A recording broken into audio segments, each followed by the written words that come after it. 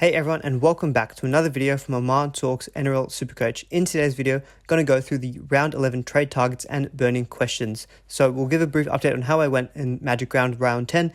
Spoiler alert, not great. And we'll go through all the hot topics of the week. So if you do enjoy the video, give it a thumbs up. Do please to continue subscribing to the channel as well. We're getting closer to 1,500 subscribers, which is honestly insane. So thank you all for the tremendous support thus far in the season. So taking a quick look at how I went in round 10, it wasn't ideal, 907 points. I did leave Targo and Suwali on the pine, and they both scored very well. I played Max King and Randall in their place, so you're looking at a solid 100-point gap there in points. So not great, the only 907 points I scored. A rank drop down to 15k, so not ideal, but I'm a lot happy with how the team is looking moving forward. I'm looking to maybe even hold trades this week. First time I've done it all season. I've burnt half my trades and I've no idea what I've been doing because I'm still not sitting at a great rank. But look, we'll press ahead. It wasn't a great round for a lot of people, so at least I've got some comfort in that knowledge as well. So one of the biggest questions I think coming into this week is what do you do with Tom Trbojevic? He was a very popular purchase last week. There was a lot of debate about is he worth the price? Is it the right time to get on him? And he hobbled his way to 20 points. He did pick up a bit of another knee issue in that game. According to NRL Physio, he got a cork above his right knee. It was the same knee that was injured, but that was kind of hampering him. A lot of other people would say that maybe it's something worse than that, but yeah, he definitely was not looking 100% in that game. So the big question is, what do you do now coming into this, what's looking like a pretty tough draw combined with State of Origin? I was always iffy with Turbo. I kind of made that clear, I think, hopefully in last week's video or stream, when I thought just the draw coming up, the high price tag, and not really sure how good he's going to come back. I kind of wanted to steer clear for that reason, and he's now got 166 break even and still is a very expensive price at 830k. My decision or thinking what you would do with Turbo, I think, comes to two school of thoughts. If you've got a lot of trades still up your sleeve, maybe say 25 plus, I would be probably more comfortable selling and trying to get him back in the future. Eels do concede quite a few points to fullbacks, but then he's got the Storm, misses round 13.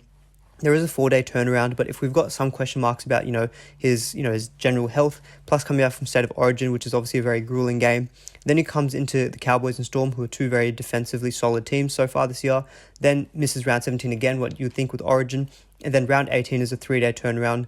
It's just too much indecisiveness for me to want to hold on to someone like Turbo at that price tag. So I think if you've got the trades up your sleeve, I think it's okay to sell and maybe not necessarily admit it was a mistake. I don't think it was necessarily a mistake, but the circumstances have changed. If you're low on trades, say like myself, I've got 21 trades.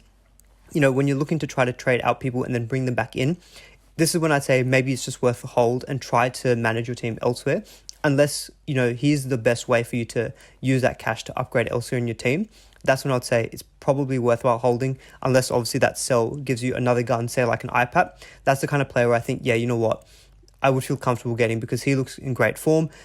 He's obviously a keeper for the rest of the year who will cover you during the State of Origin period as well. That's the kind of guy I would say it's okay to sell for. Otherwise, if you're low on trades, I'd probably say he's still worth a hold. Just quickly moving on to Ipap, because I know a couple of people were asking me, is he still worth the trade in?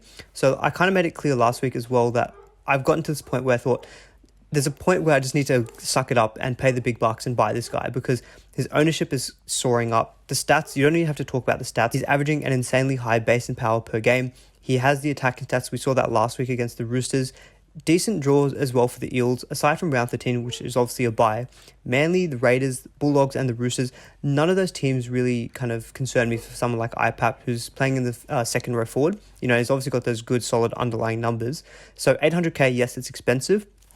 But when you're looking at a genuine season keeper, I think it's okay to still bite the bullet and go for him because the higher his ownership goes and the longer you don't have him, he's just going to be burning you. And the problem is that there's no one really else that you can match elsewhere, I think, in that position who can, cover for him. So I think, yes, I would still pay up the big bucks and go for Ipap, even if you haven't got already. And, maybe selling someone like Turbo, it might seem crazy because Turbo has got the upside, but I would probably be okay with that. There's a bit of a risk this week against the Eels, who can concede points to fullbacks, but the Ipap, he's in good health and he's an absolute monster. So really like going for Ipap this week as well. Now moving on to some popular second row forward buys. So I've got Ruben Cotter, Viliami Kikau, and Ryan Madison here.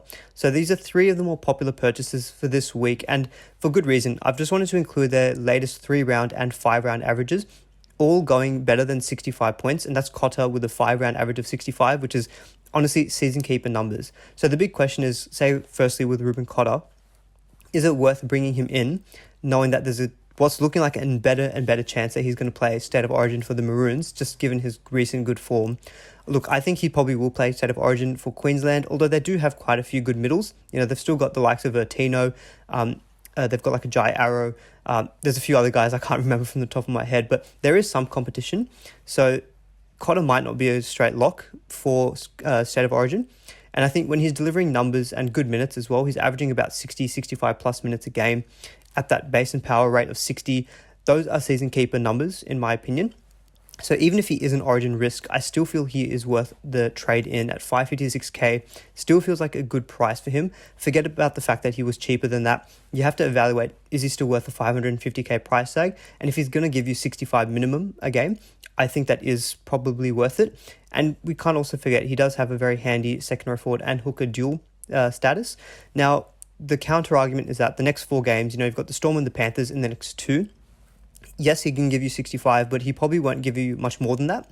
So if you don't get him, he's probably not a player who's going to hurt you. And, like me, for example, I'm low on trades. For me, it might be worth actually just waiting a fortnight and getting confirmation if you will or will not play State of Origin, because then I know in round 13 I can pick him up and then I can lock him in for the rest of the season, and I feel a lot more comfortable with only having to use the one trade as opposed to maybe having to trade him in, maybe look to trade him out. But yes, I still think he is worth the trade in, even with that risk of Origin, because I think his numbers are at season keeper levels. Now, Viliame Kikau, I've always been kind of negative on Kikau just because of the fact that his scores are very much in a roller coaster fashion. He's very inconsistent. We are seeing some more consistency from him though this season. So of the 10 rounds so far, 7 of his scores are above 66 points. Now there's no hiding the fact that he does need those attacking stats to get to that number. You can see his base and power average is 45. And his actual average so far for the season I think is hovering around 67. And most recently it's been up at 77. The Panthers do look to be using him a lot in attack though. That's the benefit. The left side, we know the Panthers tends to be their better side in terms of attack. They've still got weapons out there like Taylor May, Isaac Targo, Jerome Luai. Kikau though really seems like a focal point of their attack. And because of that kind of big body that he's got that ability to offload and get those line break assists and also even score for tries. Like he had a great jump for a try last week against the Melbourne Storm. I really like Kikau for an overall point of view because he does cover round 13. And I do like the draw moving forward for the Panthers. Roosters, Cowboys, you're going to play the Bulldogs in round 13. So that's probably the best single matchup, I think, in that week. So for someone like Kikau, he could be a really good option in that week who may potentially even get up to like an 80, 85 plus in terms of scoring. And then the Knights again in round 14. And Panthers will lose a few of their forwards. You think Isaiah Yeo is a lock for Origin. Liam Martin is probably also a chance to play State of Origin as well. So Kikau, his minutes have also been up this year, which is another thing that is a tick in his box. So yeah, I really like going for Kikau. 600k does feel a bit expensive, but I like the fact that he's being a bit more consistent so far this year. So yeah, really like Kikau as a trade-in. If you're debating Cotter or Kikau, I think it kind of is circumstantial to your team, whether you can fork out that extra 40k. I like the fact that Cotter does have that second row forward hooker status, and he's a little more solid with the score, so I'd probably slightly give the edge to Cotter, but I really like Kikau if you're looking for more of a higher upside kind of player in your second row forward. Now, Ryan Madison, I didn't really speak about him last week. There was a few questions around him. I kind of regret advising that he was maybe not worth it off the bench, because had I looked stronger into his numbers, coming off the bench, he was still averaging like low 50s in base. So he's averaging around a base PPM of about 1.0, and he has been named to start at lock this week. I still think his minutes will stay around the same as what it has been in the last few weeks, so maybe around that 50 to 55, which at his price of 660k, he's maybe overvalued by about 50, 60k if you only averaged around 60 points. The thing with Madison, though, he's really passing the eye test for me as well. He's got some ball playing ability, really like his footwork, and he just looks so big as well. So Madison, for me, really passes the eye test. I really like the draw coming up for the Eels. Doesn't cover round 13, and he is also probably a bit of a bolter for State of Origin as well, so may even miss round 17. But I'd like the next few games coming up for the Eels. I also think he's worth a trade in. All three of these guys I really like. Kikau is probably your more safer, round 13 coverage. Madison is also a bit of a risk potentially. You are paying a little bit extra in terms of price, but I think the fact that if he only averages around 60, 65, he's only over like maybe 40, 50k overpriced. And I think he is also a proven gun. So there feels like there's less risk going for Madison. He's honestly passing the eye test so hard as well. So really like going for Madison as well. In terms of saying which one of the three I would go for, is really hard. I think they all have their pros and cons. Cotter is probably the best value proposition at 550k for the points that he's going to deliver and the consistency wise. Kikau's got that upside, and Madison also does have the upside, but you are paying the premium for him. Madison, though, is the biggest pod of the three. So it kind of depends, what you're looking for in your team. So apologies, can't really give a clear-cut answer. I'd say Cotter slightly over Kikau, but I'd probably say Madison is the best purchase of the three. So yeah, really like going for him because he, for me, is passing the eye test the most out of these three guys. Some other notable second forwards to maybe look at, not necessarily for this week, but maybe in the coming weeks. I've accidentally written Tohu Harris twice there.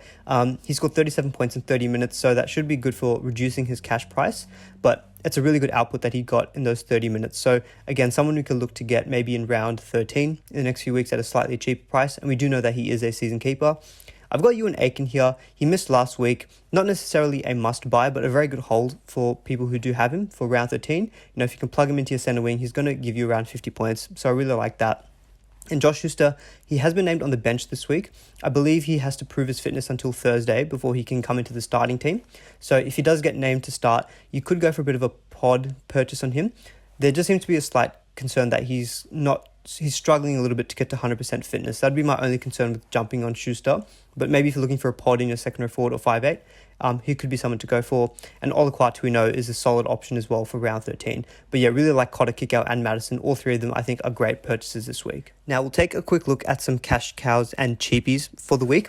There's no standout cheapies, I think, for this week immediately that you need to be purchasing in terms of they're going to go up in price. But there's a couple that I did want to highlight, namely Trent Peoples. I think it's Trent or Trevor. Sorry, apologies, I can't remember the name off the top of my head. It's Peoples. We'll call him Peoples.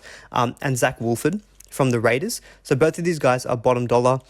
Peoples scored 68 in his one game so far where he played big minutes. We know that the Rabbitohs have lost Jacob Host now, what looks like to be quite a long-term injury.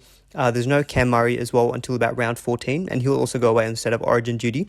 So you think that Peoples will have a good stint in the team for at least the next few weeks. Now, my thinking with Peoples is that I think he's an okay downgrade, but there is a bit of that risk that, say, for example, he gets injured this week and you don't get his third game and his price rise. So I'm personally looking at maybe just waiting another week on Peoples. And also I kind of want to get another week of information on, say, Cam Murray's injury. If, for example, he looks like he's closer to a return, that might have an impact on his minutes. So I kind of just want to wait and see for a week. And same thing with Wolford, because Adam Elliott, who was previously playing at hooker with Starling on the bench, he has been named in the extended reserves. There could always be some kind of a game day switch with Wolford. But again, he could be, if it looks like he looks really good, he passed the eye test for me as well in his first game. I think he got a try assist and a line break assist in that game against the Sharks.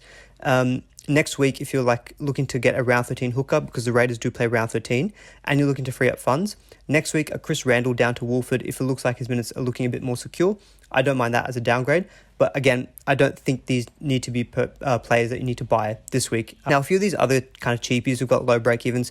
We've got Lachlan Miller from the Sharks, but I would not be recommending him just because Will Kennedy, I expect when he comes back from his suspension, will immediately take his spot.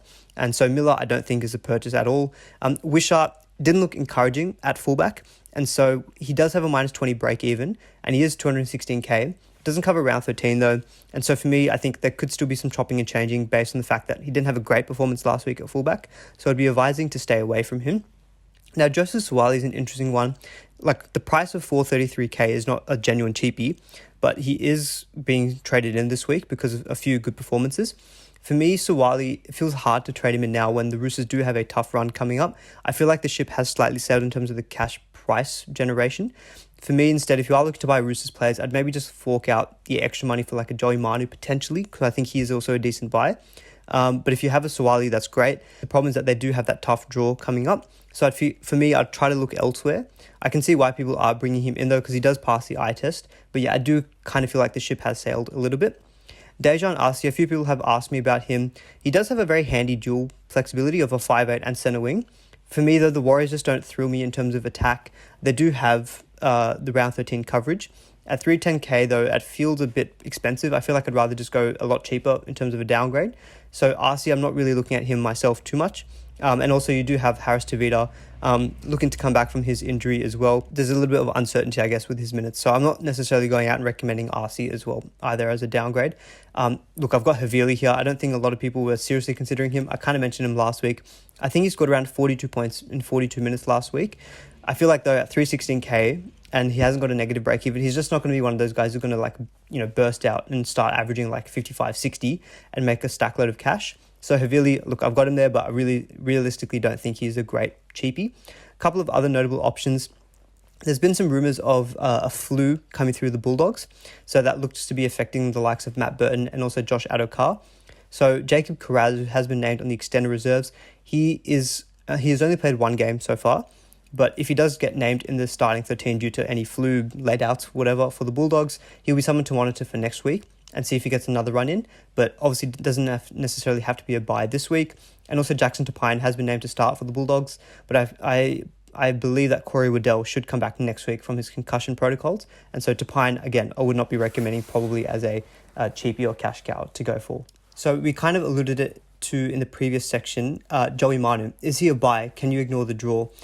Joey Manu is looking like that player that from the Roosters I think is kind of matchup proof. I think he can do well against a tough opposition because he's got that good tackle breaking ability. Just have a look at his stats there, like his evasiveness numbers are almost as high as his base numbers, which is a really encouraging sign. It usually shows that he's got a pretty high floor. Now, I've just pulled up some numbers from last season when he played kind of what you'd think are the tougher teams. Granted, the Sharks last year weren't as good as what they are this year.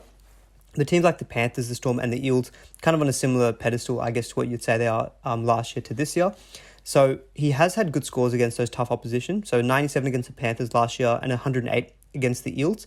But I have put an asterisk there because that was when he was actually playing at the right wing spot, which is a lot better usually for the Roosters because you normally get on the end of those tries as opposed to, say, in the centres where you may be more likely to get the try assist and like a flick on kind of offload. But I still think that Manu is an okay buy. He is expensive though. I think he's about 600 plus K. I can't remember the break even at the top of my head. The fact that he just does have the Panthers and the Sharks in the next 2 weeks, I feel like it's okay to wait for the next fortnight and hope that he doesn't punish you because he does have 2 big scores in his rolling average. Once those drop out, in round 13, he could be someone that you could look to purchase then, where you think that he'll play at fullback with Tedesco going off on origin duty. And the reason I wanted to highlight those 2 scores where he played at the right wing spot is basically whenever he plays outside of his centre spot, say like in the halves or at fullback or wing, he tends to do very well. So I really like him as a round 13 trade-in. Even then, the Storm in round 14, you would think because that's after state of origin, the likes of a Harry Grant, Cam Munster, they might get a rest. So the Storm might not be as good as what we've previously seen, so far to begin the year. So I don't think that matchup then looks as tough on paper. Then you've got the Eels, who he just scored well against as well. And then the Panthers, obviously, in round 16 is tough, and then doesn't cover round 17. So I still feel like you could maybe even get him in round 12, but I kind of want to wait until round 13, and then you can maybe look to get him in there, capitalize on the good matchup. And then even then, the Storm and the Eels might not be as bad as what we think on paper. So for me, I think he's an okay purchase, but one I would just kind of defer for another fortnight. Now, also wanted to talk about some players from the Broncos. So Adam Reynolds and Selwyn Cobbo are attracting some interest. Now, Reynolds has been on fire. He's been so good. I heard a stat that he's had now more try assists in the first 10 rounds of the season than what he had in the last 2 years when he's playing with the Rabbitohs. Now, his role has probably changed. He's more of the dominant kind of playmaker, whereas at the Rabbitohs, you had the likes of a Cody Walker, who was kind of running the show from an attacking point of view, and Reynolds was kind of just steering the ship. Reynolds is steering the ship and he's getting all those attacking stats as well for the Broncos.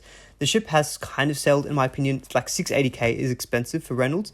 Look, if you got him somewhat recently, you've been laughing because you can see the 3-round and 5-round average of 84 is insane. The only counter to me saying I don't think it's worth a trade in is the fact that he has got a pretty good run coming up. Knights, Titans, the bye, and then the Raiders. You could maybe just ride you could just think that the hot hand is going to continue and just ride the wave and go for a Reynolds. Say, for example, I don't know, if you are one of those guys who's looking to sell Turbo and you've got the duels, you can flip Turbo to Reynolds, maybe just capitalize on the nice short-term draw, and then come round 15 when it gets a bit tougher, against the Storm, maybe you can flip him then and maybe he holds his value. You could look at it as a short-term punt, but I don't really see it as much more than that, in my opinion. Now, Cobbo, my God, Cobbo, you guys know of my relationship with Cobbo. He passed my eye test round 1, brought him in, copped his good scores. I got 1 decent score from him. Then I downgraded him to TAS, and since then he's been on fire, absolutely killing it. I still don't know if I'd be trading him in because he's just scored 5 tries in the last 2 games. It feels unsustainable. But then my counter again, Knights and Titans, I think are really 2 nice games for the Broncos. So again, could be a short-term play where you just go look at the -12 break even. He's clearly on form.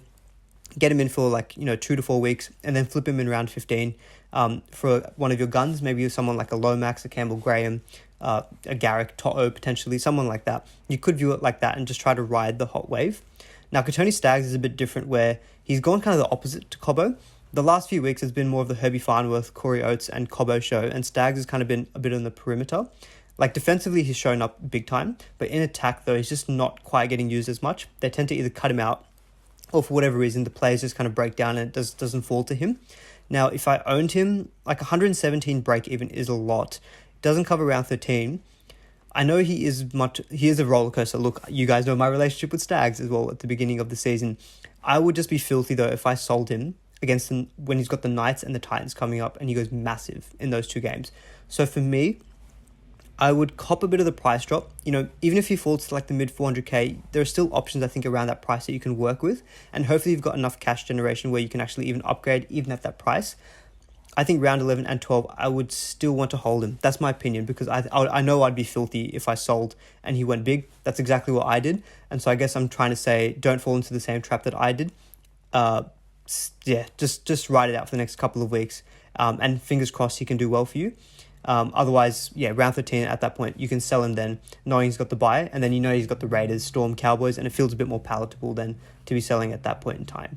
So we're going to quickly look at a few point of difference purchases. So these are guys who are kind of lower owned. I've got here in the category of less than 10% ownership. Now, David Clemmer, I spoke about last week as well. He's killing it recently, a 3-round average, I think, of 70 plus. Even did well last week with the return of Mitch Barnett. So he didn't really necessarily eat into his minutes. Now, this week, Tyson Frizzell has been named, as has Barnett and Fitzgibbon. And I feel like with a break-even of 47, he might just creep up to about 600k. The fact that he doesn't cover round 13, though, means I don't necessarily think he's a must-buy. I think you can avoid, not necessarily avoid, but you can afford to not have to jump on him this week, and you won't be punished too much by it, in my opinion. Look, I think he is a great front row forward option and a pod. When you're paying 580k, though, it is a lot of money now compared to what he was a few weeks ago. And I feel like you're lacking a bit of the upside. So for me, Clemmer, look, he's a great buy, but I don't think he's probably necessarily a priority purchase, if that makes more sense. Now, Tane Milne, he's done really well the last couple of weeks. He's had 2 tries in both of his last 2 games as well. Now, we've seen this previously from Tane Milne. Last season when he played on the wing for the Rabbitohs, he was quite good. He had some 100-plus games, and then outside of that, if he scored a try, he was normally going to give you around 55 to 60. They do have the Raiders and then the Tigers before the bye. So again, similar to Cobbo, if you want to look for more of a shorter term play where, you capitalize on some cash rises.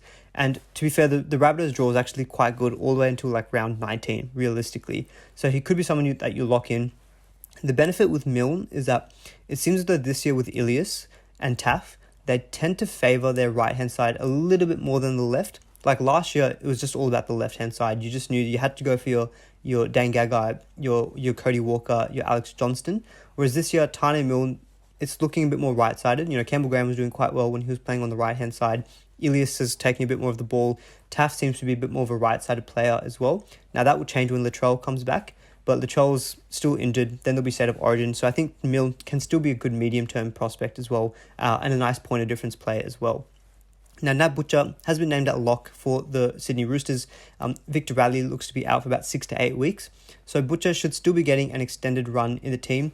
Now, apologies, I don't actually think he's got an average of 71. That's a typo on my end. I'll flick on screen what his actual average is, so apologies for that mistake. And he's definitely not a halfback break even. So apologies for those typos. I'll post up on the screen what his actual average is and what his actual break even is. Now, it covers round 13. It is a tough matchup against the Panthers. So for me, I feel like you can afford to wait a week on it just because, his minutes have been played around a little bit in the past, early stages of the season. I feel like that phase of the Roosters, though, is kind of gone, though. So we were seeing similar things with Tupanua, with Crichton. Part of me thinks that Robbo was just kind of shifting these guys around so that they're kind of ready for those situations if they come up in the tougher draw that's coming up. So say, for example, if there's an injury, Robbo's got some confidence that he can pluck Crichton and put him on the right-hand side. Similar with Tupanua doing a switcheroo, Butcher playing on the edge, playing from the bench, playing out lock. So I think the minutes situation will kind of stabilise a little bit, but I still feel like with the tough matchup against the Panthers, you can afford to wait a week on it, but he is looking like a decent pod purchase. Now, Reece Walsh scored pretty well last week with 70 plus. He does have a very nice short-term draw, Dragons, Knights and Sea Eagles. So if you're looking for a pod at your fullback spot, I don't mind Reece Walsh. He is goal kicking. Others like Clint Gutherson, you can see on the right-hand side, they've got Dylan Edwards and also Jaden Campbell.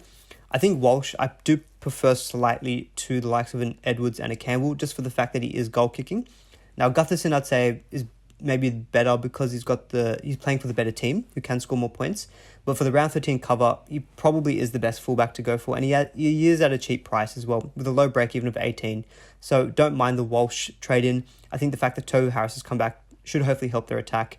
And we saw last week in the second half against the Rabbitohs, they can score the points when they're clicking. Now, I've got Matt Burton here, although, as I mentioned previously, there's been some talk about a flu coming through the Bulldogs, so wouldn't be recommending to buy him this week, though, just because he seems like he's a bit of a doubt.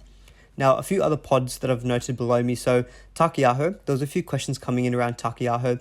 Again, similar story with Butcher. His minutes have been like all over the shop this season. He played 69 minutes last week. And so I feel like, again, he's not one of those players who's probably going to hurt you. So I feel like you can afford to wait a week, especially when you've got a tough matchup against the Panthers.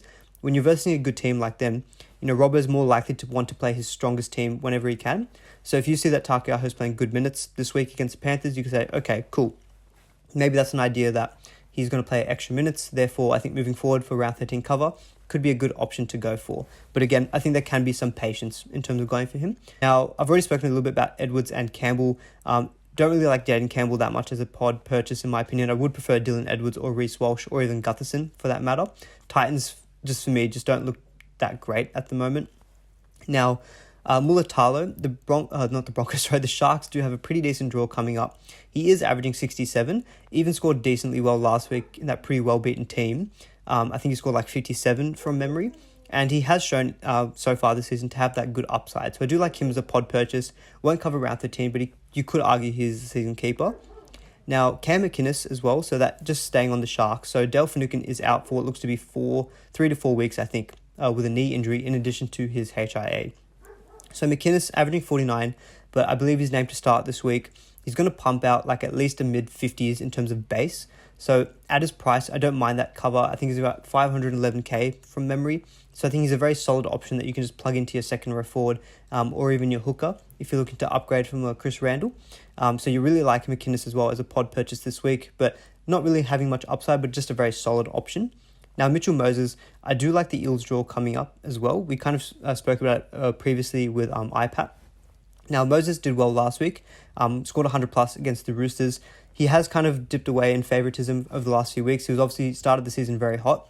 The fact that they've got a nice draw coming up, and again, I think this falls into the bracket of if you're selling Tom Trbojevic, you can maybe use that to pivot, maybe say a Nico Hines down to fullback, and then maybe go for a pod halfback instead. Now, Jerome Hughes would be someone else I'd consider, but he's also coming off an injury. He has been named, but even then, I'm not entirely sure if he'll actually play this week. So going for someone like a Moses who won't play State of Origin, I don't mind that as a pod in your halfback spot. And we have seen so far this season, he does have the upside. So I really like that for that pod factor who can give you upside. That's really helpful if you're chasing rank, for example. Now, we'll just get on to some sell candidates as well. So Chris Randall is very heavily sold this week. A lot of people are switching for a Cotter, which, look, I cannot argue with that move, even though the fact that Cotter might play State of Origin. I think that's a good upgrade. Randall just doesn't have to be sold this week. Break even of 33. He's probably going to hit that just about. So I don't think he's going to lose that much cash. But yeah, for me, Randall is someone I'm looking to maybe move on before round 13. Maybe for a Wolford next week to create some funds. But again, going to someone like a McInnes or a Cotter, don't mind the switch. I'd probably slightly give the edge to Cotter in that instance. But if you are looking for a McInnes, getting in someone with that second or forward hooker dual status, I like that switch from Randall. Just doesn't have to be this week. Now, Talakai. I know I've waited quite a while in the video about Talakai. He's probably more worthwhile of a discussion earlier in the video. I don't think he's a sell. A few people have asked, is he worth a sell? Now, like Wade Graham has come back into the starting lineup. I think last week the Sharks were just extremely clunky. They had Hines at fullback. They'd put Trindle in at halfback. Hines has moved back to halfback, which I think should help them out in terms of their just general flow of attack. Wade Graham, a few people argue that he kind of would kill Talakai. But Wade Graham is a good ball-playing edge-back rower. So I feel like once they click a little bit, hopefully in the week they've been practicing, and hopefully that means that Talakai can get a bit more involved. There have been some circumstances which just kind of hindered his ceiling. So he obviously, after he had that massive game where he smashed Morgan Harper, Tony Staggs muscled up really strongly against him. and basically just killed them of any opportunities. Against the Warriors, for example, they went down to 11 men. So I feel like, again, that would limit their attack as well.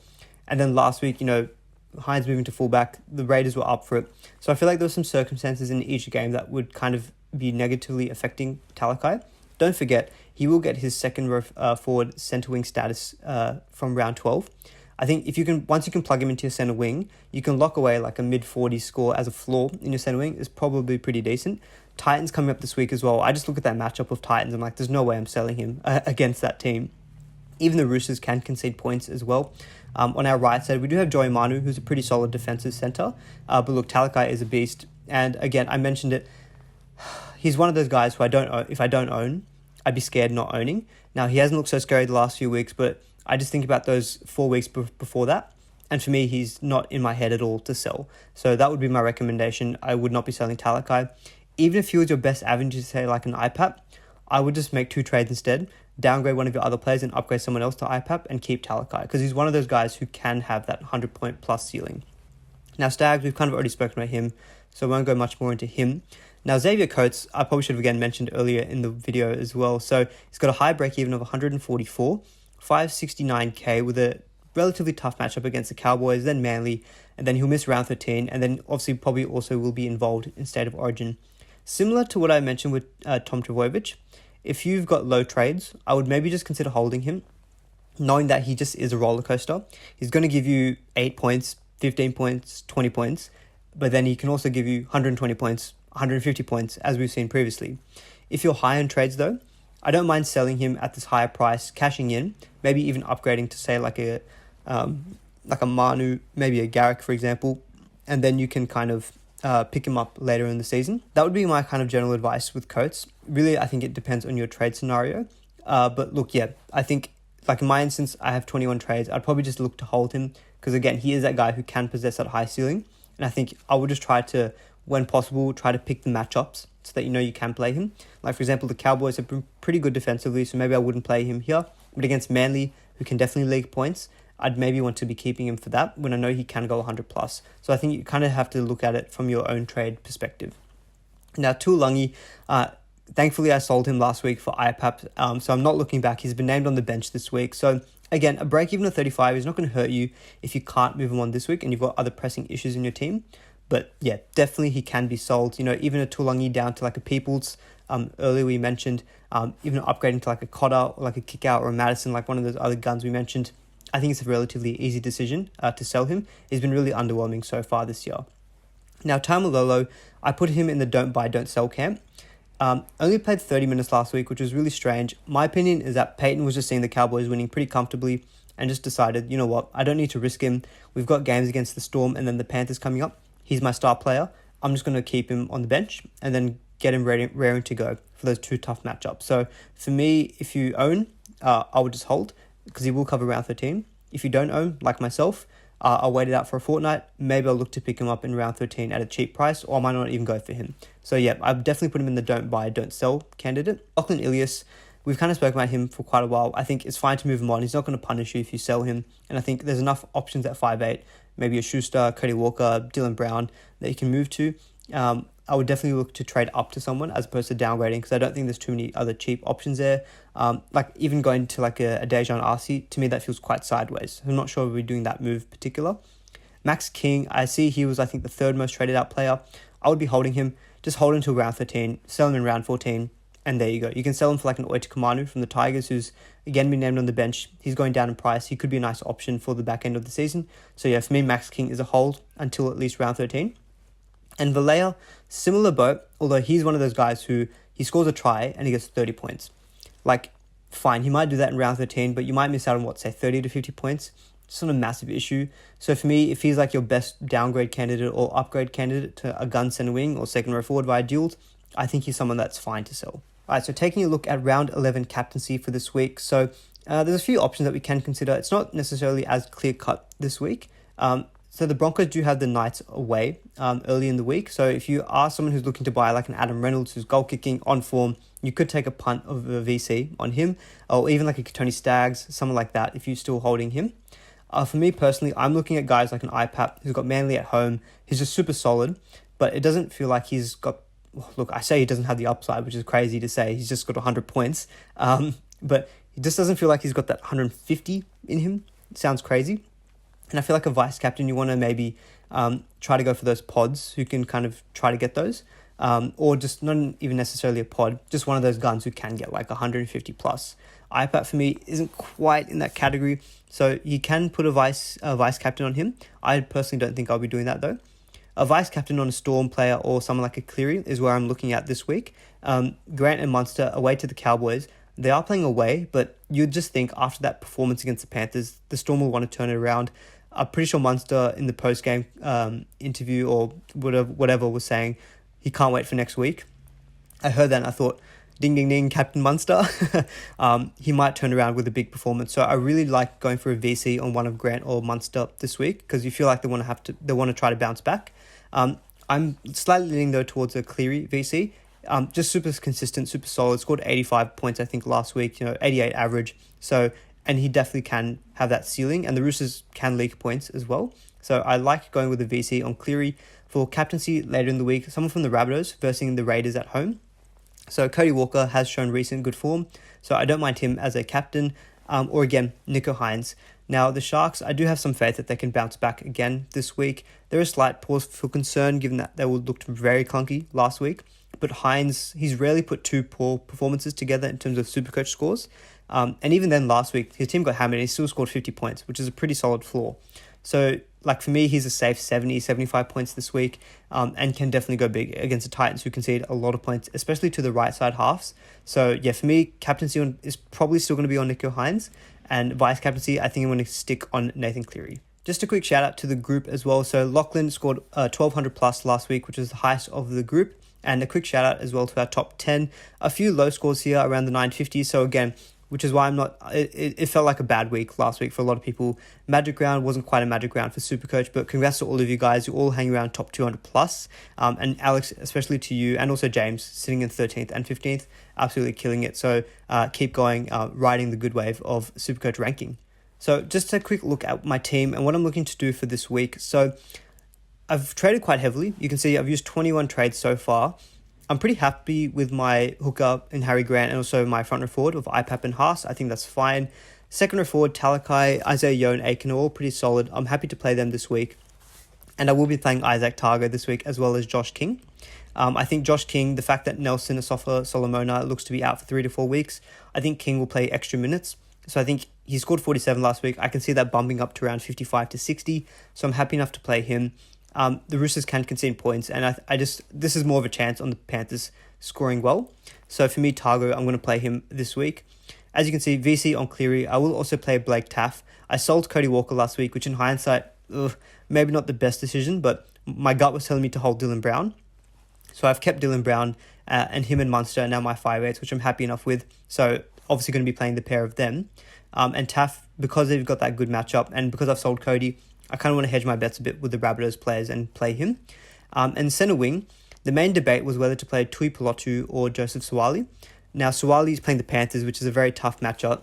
And the Eels actually concede quite a lot of points to opposition right wingers. So that's why I'm actually playing Tui Pelotu this week.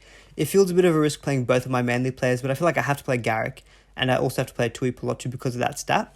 Taylor May is a lock for me, and also Zach Lomax, who's got a good matchup against the Warriors. Goal kicking, I'll definitely play him. And yeah, captaincy stuck on Nicho Hynes. So the fact that I'm happy enough with 4 of my reserves, Munster, Taff, Targo and King, I think for me, I'm looking to hold trades this week. I think this will be the week I'll save trades. I mean, some early thoughts could be Randall down to a Cheapie and to enable like a Ruben Cotter. So one potential move that I have thought about doing is taking out maybe Leo Thompson. I don't think I'm going to necessarily be doing this, but I could sub Josh King up to my front row forward. I could then go for Peoples early this week if I wanted to, but again, I don't feel super confident with that. Now, that gives me 120k. If I wanted to upgrade Randall, I could get someone like Cotter. So I'll just get rid of that South filter. And you can see if I sort by average, I can afford someone like Cotter. Leaves me 14k in the bank. But I don't necessarily think those are must trades this week. So I'm personally thinking of just holding trades this week. Nothing glamorous there. But yeah, I'm happy with my reserves of King, Targo, Taff and Munster. Got a solid option in Suwali that I could cover for any late outs. I'm happy enough with all my matchups for my center wing as well. So yeah, I think I'm going to hold trades this week.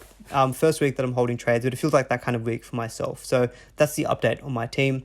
And I'll end the video there. Hopefully you guys enjoyed that round 11 preview. Give the video a thumbs up if you did. Do please consider subscribing as well to the channel if you haven't already. See you all in the next video.